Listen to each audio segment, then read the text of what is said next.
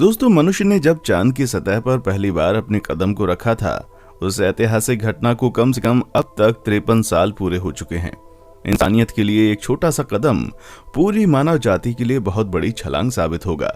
चांद पर पहली बार कदम रखने वाले इंसान ने ये बात कही थी।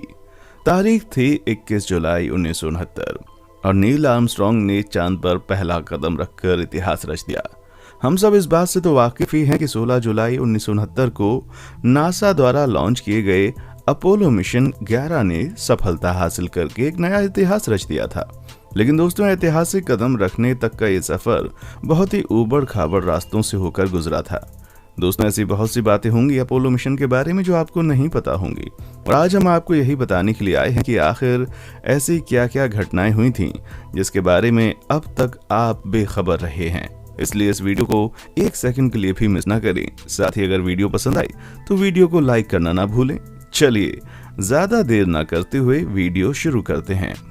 20 जुलाई 1969 इसी दिन इंसान ने अपने कदम चांद पर रखे और इतिहास रच दिया।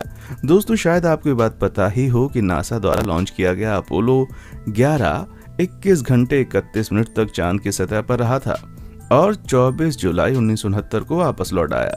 यही कहानी है जिसको हम में से ज्यादातर लोग जानते हैं। दोस्तों, चांद पर गए 3 एस्ट्रोनॉट नील आर्मस्ट्रांग और एडविन बज ऑल्ड्रिन जब चांद की सतह पर चहलकदमी कर रहे थे, तो वहीं माइकल कॉलिंस चांद की कक्षा में कमांड मॉड्यूल कोलंबिया से उड़ान भर रहे थे। इन तीनों के साथ कुछ ऐसा हुआ था जिसके बारे में शायद ही कोई जानता है। इस घटना को जानने के लिए चलना होगा थोड़ा पीछे।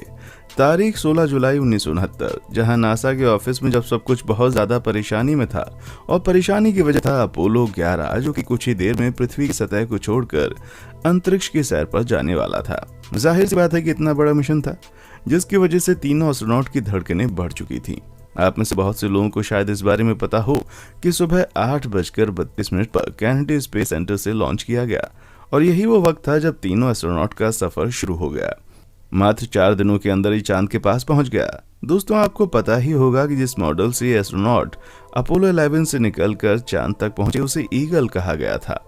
नासा ऑफिस में बैठे वैज्ञानिकों को अब तक यही लग रहा था कि सब प्लान के मुताबिक चल रहा है, पर उसी वक्त एस्ट्रोनॉट्स के सामने कुछ अजीब सी प्रॉब्लम आई जिसके बारे में शायद ही आप में से कोई जानता होगा। दोस्तों, अचानक से एस्ट्रोनॉट्स के सामने बिना समझ में आने वाली प्रॉब्लम आई और वो प्रॉब्लम थी द ईगल 4 सेकंड आगे था। यानी इसका मतलब साफ था कि ये ईगल निर्धारित जगह से कहीं और लैंड करेगा, जिसका रिजल्ट बहुत ही खतरनाक भी हो सकता था। आपको अगर ये बात ऐसे समझ नहीं आ रही तो आप इस बात को ऐसे समझिए, जब आप कभी किसी अनजान जगह पर खो जाते हैं तो आपका क्या हाल होता है।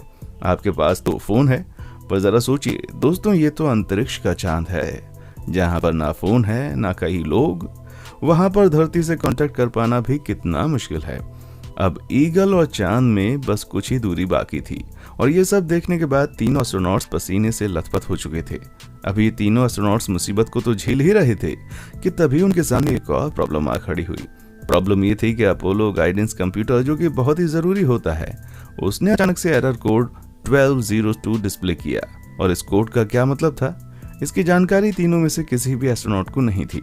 अब ऐसे में नील आर्मस्ट्रांग ने अपना दिमाग चलाया और फटाक से इसके बारे में नासा को बताया।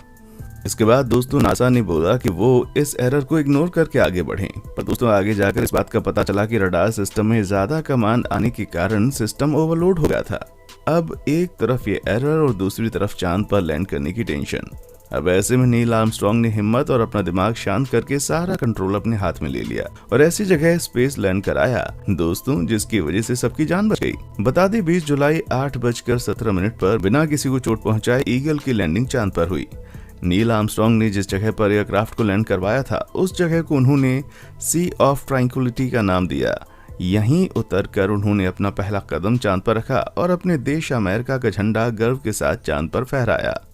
अब आपको लग रहा होगा कि तीनों एस्ट्रोनॉट सही सलामत लैंड कर गए, अब मिशन में कुछ गड़बड़ नहीं हुआ होगा। तो दोस्तों, आज आपकी गलतफहमी भी दूर किए देता हूँ। जैसे आपको लग रहा है कि सब कुछ सही हो गया, वैसे ही उस वक्त ये एस्ट्रोनॉट्स भी इस गलतफहमी के शिकार थे, क्योंकि जैसे ही उन्हें लग रहा था कि सबसे वो निपट चुके हैं और जैसे ही वो आगे बढ़े धरती की तरफ, तभी दोस्तों कुछ ऐसा हुआ जो आपके पैरों तले जमीन खिसका देगा। लेकिन उससे पहले दोस्तों, आप हमारे चैनल के लिए एक लाइक और ढेर सारे सब्सक्राइब तो कर ही सकते हैं, तो फटाफट से कर दीजिए। उम्मीद है कि आपने कर ही दिया होगा। चलिए बढ़ते हैं आगे कि आखिर हुआ क्या था। हुआ यूं दोस्तों कि जब झंडा फहरा लिया गया तभी उनके साथ कुछ ऐसा हुआ जिसकी वजह से उन्हें लगा कि अब वो कभी धरती पर नहीं जा पाएंगे। बता दें कि चांद पर होता है टेम्परेचर कम, जिसकी वजह से स्पेसक्राफ्ट के फ्यूल में प्रेशर बढ़ चुका था और धीरे धीरे करके वो नमी बर्फ में बदलती जा रही थी। ये सब देखकर नासा भी अपने एस्ट्रोनॉट्स के ये बताने ही वाला था कि वो एयरक्राफ्ट से हट जाएं, क्योंकि वो एयरक्राफ्ट कभी भी ब्लास्ट हो सकता है। ऐसा हुआ तो नहीं दोस्तों, पर जरा एक बार को सोचिए, अगर ऐसा होता तो क्या होता।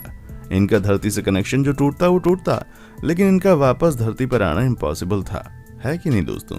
आपकी इसके बारे में क्या राय है, कमेंट सेक्शन में आकर जरूर बताएं। चलिए आते हैं टॉपिक पर। सब लोग इस वजह से परेशान थे और सोच रहे थे कि किया क्या जाए। तभी दोस्तों एक चमत्कार हुआ। वो कहावत आपने सुनी होगी ना कि मरने वाले हवा के झोंके से भी मर जाते हैं और नहीं मरने वाले पहाड़ से गिरकर भी नहीं मरते। शायद इन तीनों एस्ट्रोनॉट्स की किस्मत बहुत अच्छी थी।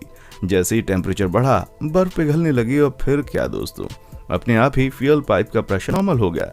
दोस्तों लगभग 1.5 घंटे तक चांद पर रुकने के बाद और एयरक्राफ्ट की प्रॉब्लम को सॉल्व करने के बाद इन तीनों एस्ट्रोनॉट्स ने चैन की सांस ली। शायद इन लोगों के लिए प्रॉब्लम खत्म होने का नाम नहीं ले रही थी।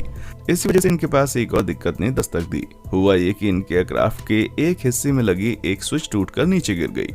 अब स्विच गिरी तो कुछ बड़ा होना ही था, और हुआ ये कि पावर कट हो गया। अब जैसे तैसे करके एडविन ऑल्ड्रिन के हाथ में स्विच तो आ गई थी, पर इसे लगाना बहुत बड़ी मुसीबत थी। जाहिर सी बात है कि ट्रेनिंग के वक्त इन्हें ऐसा कुछ सिखाया नहीं गया था और इस वजह से इन्हें कुछ जानकारी नहीं थी। साथ में ये भी डर था कि कहीं कुछ ठीक करने के चक्कर में कुछ और ना खराब हो जाए। दोस्तों इस वक्त इनकी क्या हालत हुई होगी, इसकी कल्पना शायद ही कोई नहीं कर सकता। वैसे एडविन ऑल्ड्रिन ने इस प्रॉब्लम से निपटने के लिए जी जान लगा दी, फिर भी नाकामयाबी ही हाथ लगी। तब एडविन ऑल्ड्रिन के दिमाग में एक देसी जुगाड़ आया। वैसे भी देसी जुगाड़ कितना काम आते हैं वो तो हम सब जानते हैं।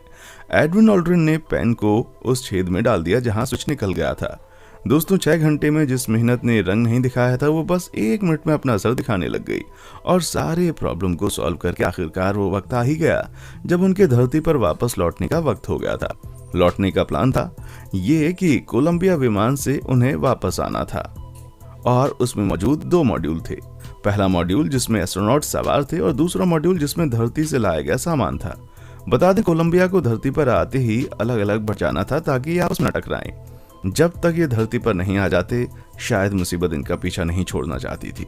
तभी तो जहां इन दोनों मॉड्यूल को अलग अलग जाना था ये एक के पीछे एक आ गए और वो भी बहुत ज्यादा स्पीड के साथ। अगर ये दोनों आपस में थोड़ा सा और करीब आ जाते तो दोस्तों बड़ा धमाका होना तो बिल्कुल तय था, पर भगवान की कृपा से दोस्तों ऐसा कुछ नहीं हुआ।